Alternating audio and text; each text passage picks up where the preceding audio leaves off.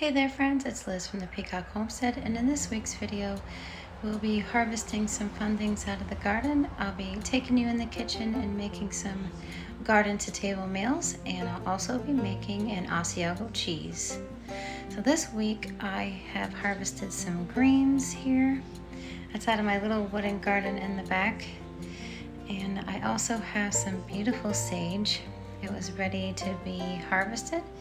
And then I have some out of season rhubarb, which I think is amazing.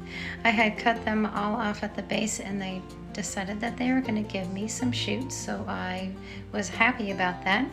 We've also been getting a ton of bush beans, so we've been eating them as we go, and I'm probably going to be pickling up some dilly beans.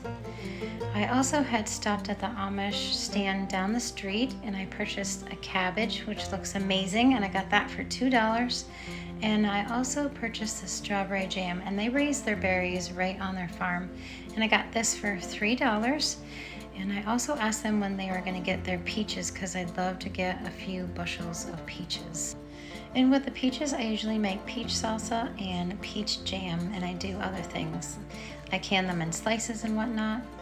But these are some of the greens, and I have onions there, and I have some spices. And then I have a little pan here. We are going to make a breakfast casserole. And then I have some ricotta cheese that I had made, some mashed potatoes. I also have some breakfast sausages here and some fresh eggs that I need to use up. So I'm going to get that all mixed up and in my pan. And I'll bake this at 350 degrees for about 45 to 50 minutes. I usually do the jiggle test to see if it's jiggly in the middle. If it's jiggly, I'll give it 5 or 10 minutes and I'll just test it again. It is all done and it looks amazing and smells amazing, and it was actually very tasty. But this is what it looks like on the plate, and then we had leftovers for the next day. I love cleaning out the fridge and making a breakfast casserole. It saves money, and then it makes me feel better that we don't waste any food.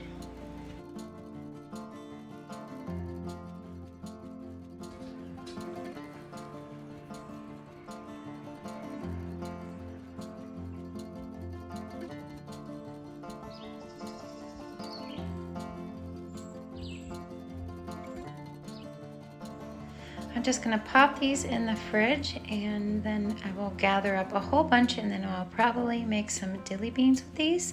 I'm going to put the rhubarb in the freezer, and then I'll just stick this in the refrigerator as well, and we will use it for different meals.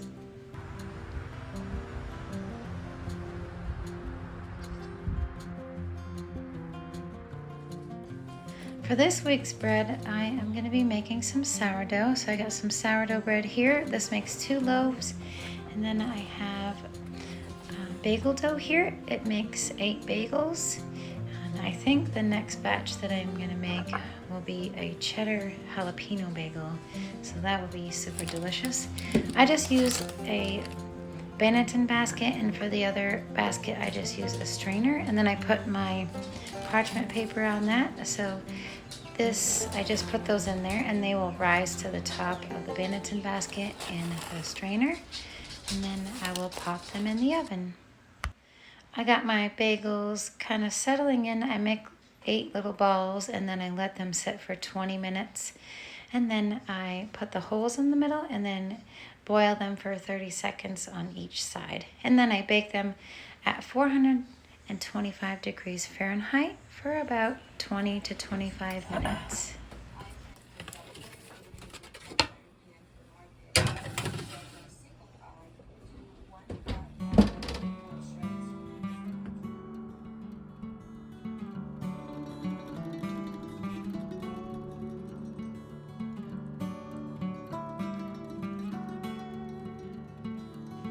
For my sourdough, I bake that 475 degrees Fahrenheit for about 20 minutes covered and 10 minutes uncovered, and then they're nice and a golden brown. Sometimes I end up lighter, it just depends. But what I do to check to see if they're done all the way is I put my thermometer in there, and if it reaches 200 degrees, then I know it is fully cooked in the middle.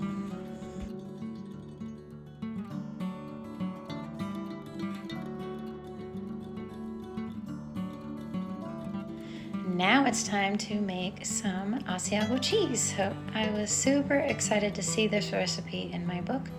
I got this off of Amazon. It is the 200 Easy Homemade Cheese Recipes. And this recipe for Asiago is on page 254. I've seen a couple of influencers make this. So Venison for Dinner, Kate over there at her homestead. And I've also seen Milk Slinger Jennifer do it over on her YouTube channel. So it's super exciting that I'm going to be trying this recipe. It takes a little while to age it, but it'll be definitely worth it. So I'm heating 14 quarts of whole milk, and then I have 2 quarts of partly skimmed 2% milk. And then for the cultures, I have Flora Danica, and I just got that off of the cheese making company, or you can order that off Amazon as well. I got some calcium chloride here and then some animal rennet. The temperature that I'm heating the milk up is to a 92 degrees Fahrenheit or 33 degrees Celsius. And then as soon as I reach that temperature, I turn the heat off. And now I'm adding my thermophilic culture, which is the Flora Danica. And that is a half a teaspoon of that. And I'm gonna sprinkle it on the surface and then let it sit for about 5-10 minutes, and then come back to it and add my other cultures. And now I'm giving it a good stir, and now I'm going to add my calcium chloride. And for the measurements for that, I'm adding a 3/4 teaspoon of that to 1/4 cup of non-chlorinated water. And then I'm going to give that a good stir as well. And then I'll come back and add the rennet.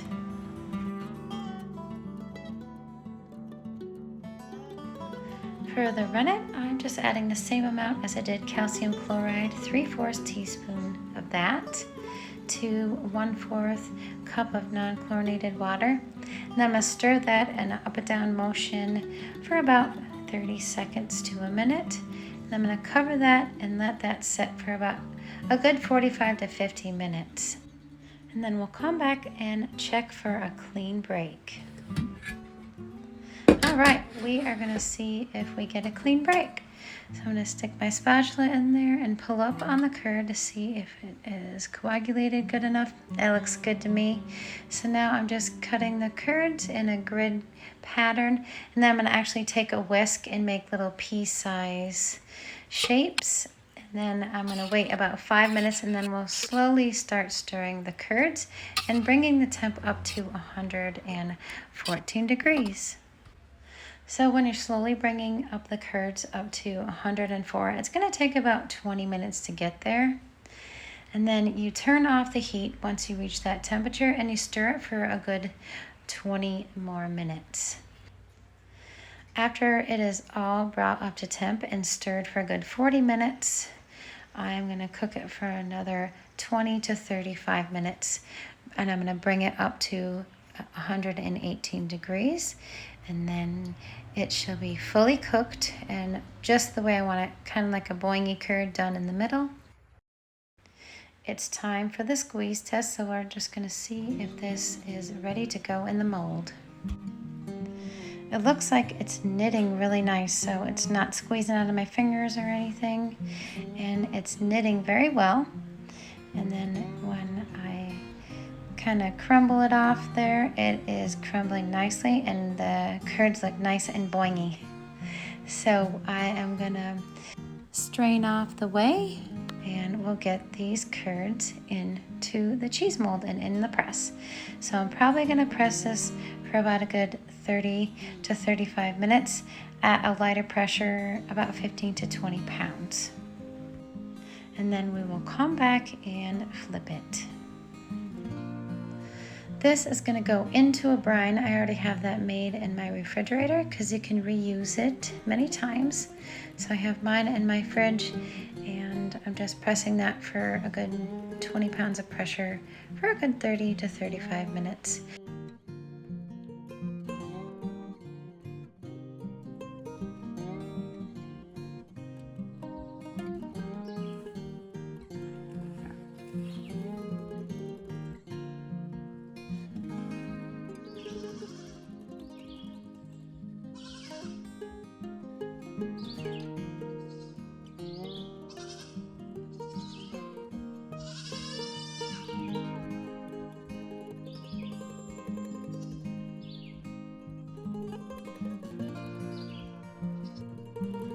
Zucchinis have been trickling in from the garden. This was my very first one and I was so excited. I wanted to make some zucchini bread.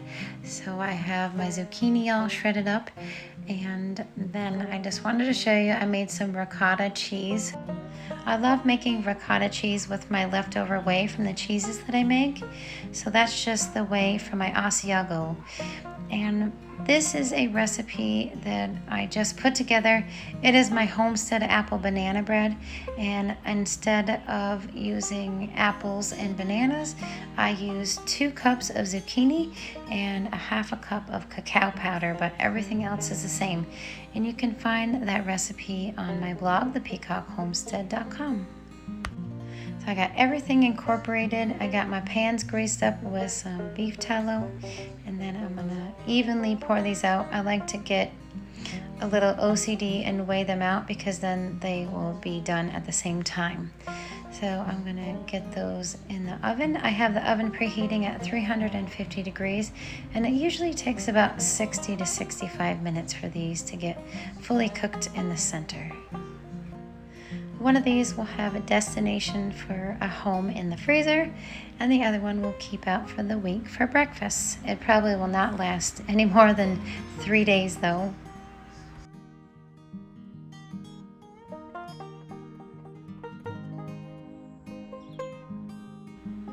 It is time to flip the cheese, so I'm gonna see how well the curds knit.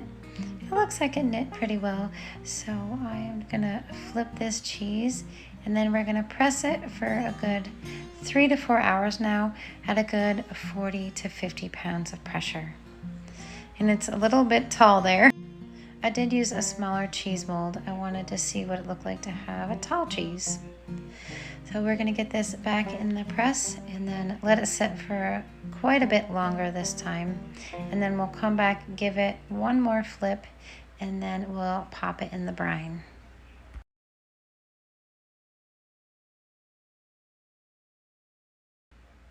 Tonight we are gonna have some cheeseburgers, and then I'm sauteing these bush beans with a little bit of beef tallow, and then I have salt and pepper.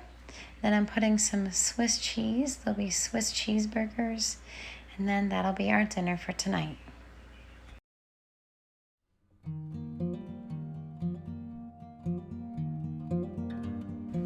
Dinner is finally done, and now we can enjoy our Swiss burgers and our bush beans. So we usually love all of our vegetables a little al dente. I usually steam them or I saute them, and they turn out really amazing. So we're gonna eat dinner, and then I'll take out the bread. The chocolate zucchini bread is finally done. So I just kind of poked a knife in there and pulled it out, and it came out clean. So we're gonna let these cool. I'll put one in the freezer, and then we'll have this for dessert and then breakfast the next morning. Now it is time to flip the cheese one last time, and we are gonna put it to bed. So I'm gonna let this press at a good 50 to 60 pounds of pressure for a good 10 to 12 hours. And the next step will be putting it in a brine. So I'm using a saturated brine, and then I'm gonna let that kind of soak in the brine for a good 20 hours. Flipping it at the 10th hour and just adding salt on top and putting the cover on top. This is going to be such an amazing cheese. I can't wait to use it on different meals, on different pasta dishes and whatnot. Most likely I'll be using it on different breakfast casseroles, omelets, and a few different dishes that I have up my sleeve.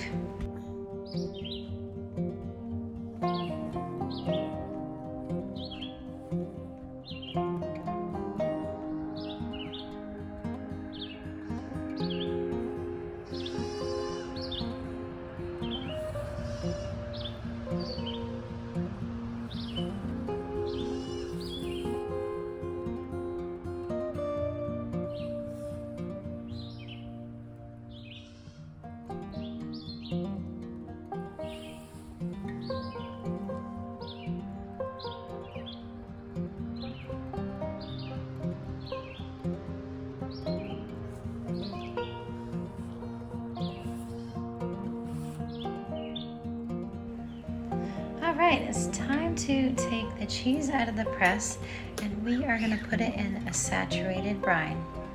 So let's see how well these curds knit together, and hopefully it looks good enough to go in the brine.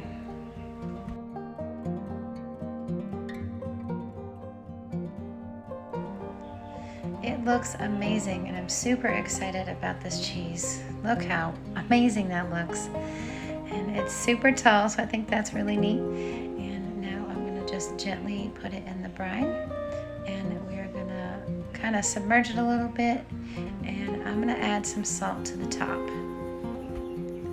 I'll let it sit for a good 10 hours, so while I'm at work, I'll let it just soak, and then when I come home, I will flip it, and then we'll put salt on the top and let it go till the next day. And then we'll take it out and let it air dry for about a good 2 to 3 days. And then we'll vacuum pack it up and pop it in the cheese cave. Here I'm just letting it air dry for 2 to 3 days, and I'm gonna flip it once or twice so it dries evenly. And then we will vacuum pack it up once it feels like it's a little bit of a clammy handshake but nice and dry. We'll vacuum pack it up and then get it going in the aging process. I'm gonna let this age, I'm gonna try to let it age for about a year at least, and then we'll try it. So here I have some more zucchini. So far I've gotten 5 zucchini out of my garden, and I've been harvesting some chamomile. I'll be making a hot tea and a cold tea with that. So I'm thinking what I should do with the zucchini. I think I want to make a mock pineapple with that.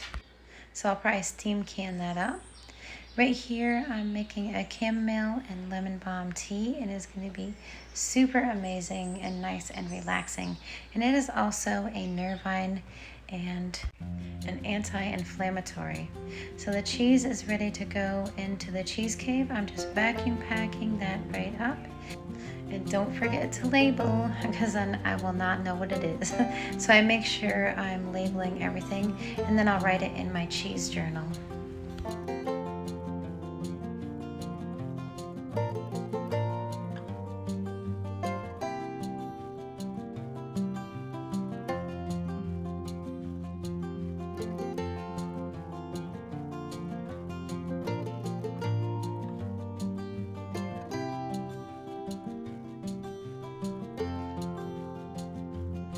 This week we also harvested our potatoes. I did check the other day, and I did find a couple of rotted ones, so I made the executive decision that we were going to harvest the whole bed.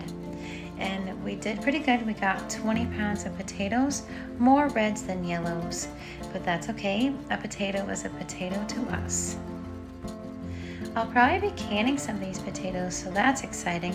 I am going to be participating in the Every Bit Counts challenge that Jessica hosts over on her channel, the Three Rivers Homestead.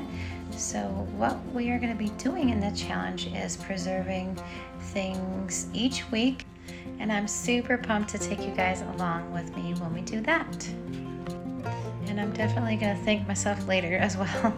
So what it is you preserve whatever you can for the month of August. For the later months to come, the colder months where there's not really any fresh vegetables or fruits available, except for at the grocery store, of course. But it's a super fun challenge, and I love challenging myself.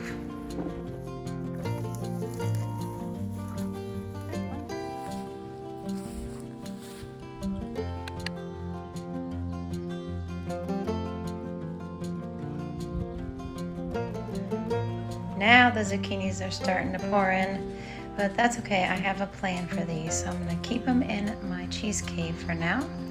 And then I just wanted to show you the garlic is all cured up. I got about 4 pounds of garlic, and it looks and smells amazing. So I'm going to probably be using some of these for seed garlic. And then I harvested a few beets out of the front garden, and we are going to make a nice dinner with this.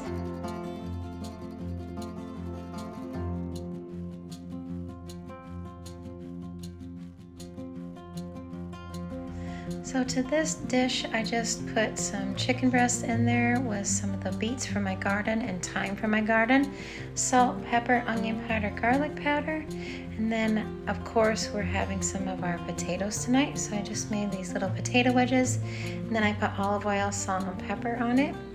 And this is what it looks like all baked up. The beets really added to this dish, making it a beautiful vibrant red color, and the potatoes were super fresh and tasty as well. This is what it looks like all plated up. It was definitely worth all the effort. We really enjoyed this meal.